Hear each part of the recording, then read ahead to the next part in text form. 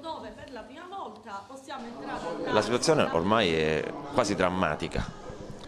È drammatica, il quasi ci sta tutto e fa bene a sottolinearlo, perché ci stiamo organizzando per poter spiegare a Palermo, ma soprattutto a Roma, che qui c'è un problema per i cittadini siciliani, non solo per le famiglie dei lavoratori che verrebbero a essere privati dell'unico sostentamento familiare, ma si rischia la chiusura di importanti servizi.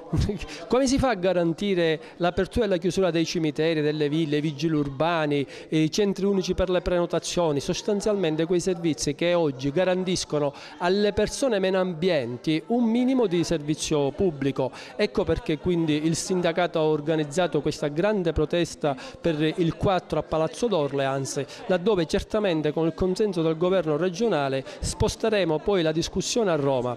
Noi comprendiamo le difficoltà nazionali, anche economiche oltre che sociali, ma è bene ribadire che noi non vogliamo aggiunti nuovi soldi per questi lavoratori, noi vogliamo continuare a lavorare a parità di costi per garantire questi servizi. Appena rieletto c'è questa patata bollente che comunque lei aveva tra le mani anche prima.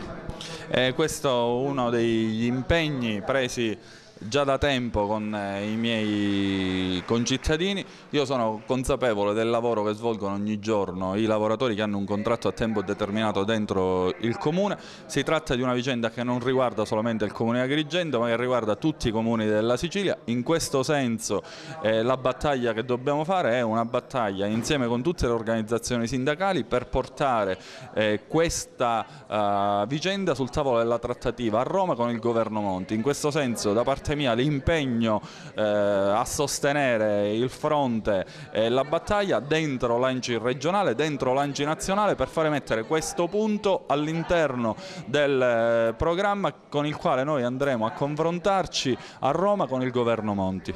La perdita di questi posti di lavoro significherebbe anche chiudere praticamente quasi tutto il comune. Ma guardi, noi ci troviamo ormai con 200 persone che svolgono da più di 20 anni un servizio, un lavoro all'interno degli enti locali, all'interno del comune, un ruolo che ormai è insostituibile. Occorre che la politica assuma una posizione chiara e netta, per cui occorre una deroga rispetto alle norme di carattere generale, perché venga riconosciuto a questi lavoratori ormai un diritto che sul campo negli anni gli è stato riconosciuto.